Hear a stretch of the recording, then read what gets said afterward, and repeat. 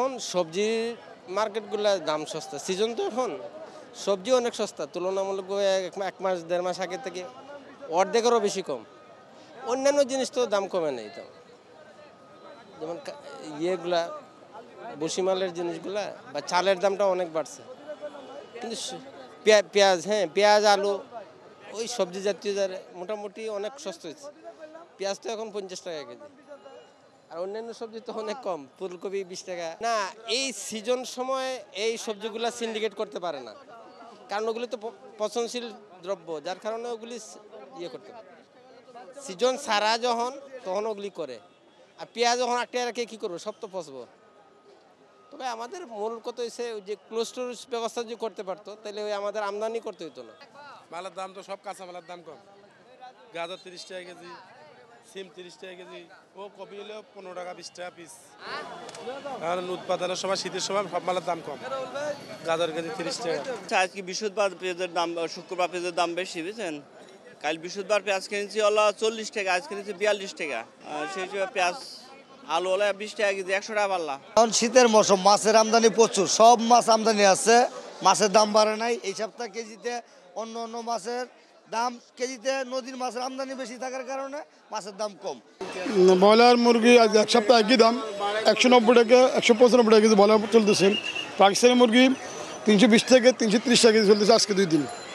দেশি মুরগি 550 থেকে 560 টাকা কেজি চলতেছে আজকে 5-7 দিনকে 10 দিন এইভাবে চলতেছে। বাড়ানো কমে এক নিয়ন্ত্রণে আছে। সোয়াবিন সরবরাহ কম।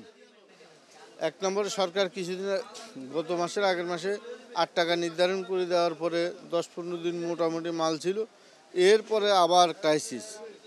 এখন ডিলারের রেট নিচ্ছে আমাদের কাছে 852 টাকা রেট, 850 টাকা নিচ্ছে।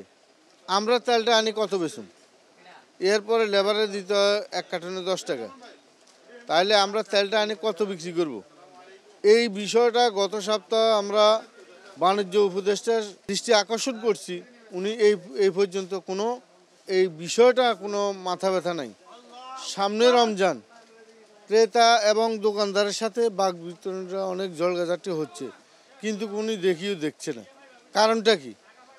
যদি কোম্পানিরা এই বিষয়টা কেন মাল দিচ্ছে না, কেন এরকম করতেছে, ডিলারশিপেরা গায়ে রেটে মাল বিক্রি করছে, এটা নিয়ে কোনো মাথা ব্যথা নেই। এখন ডিলারে বিক্রি করে 850 টাকা, আপনি আনি কত বিক্রি করবেন তেলটা? দাম কমার সম্ভাবনা নাই, সিজন শেষ তো, মাল ক্রাইসিস দেখা দিব, মাল তো সব বেচা শেষ বুঝলেন।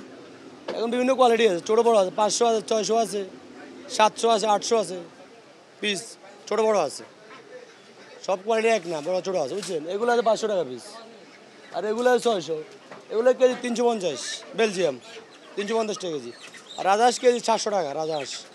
চীনা 600 টাকা কেজি, 650, 600 এখন বেচতেছে। আমার তো মনে হয় না ভাই কমছে, কারণ আপনি মাছ কিনতে যাবেন, কোনো মাছ 1000 টাকার নিচে নাই, তো কমলো কীভাবে বলেন?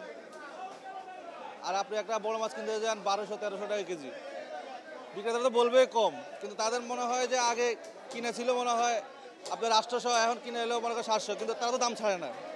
তারা বলছে কমছে, কিন্তু আমরা কিনতে গেলেই তো ওই দামটা আমরা পাই না, আমাদের 1000 টাকার উপরেই কিনতে হয়। আপনি গুঁড়া মাছ দেখেন, গুঁড়া মাছের কেজি আপনার 500-600 টাকা, তো মানুষ কীভাবে খাবে বলেন?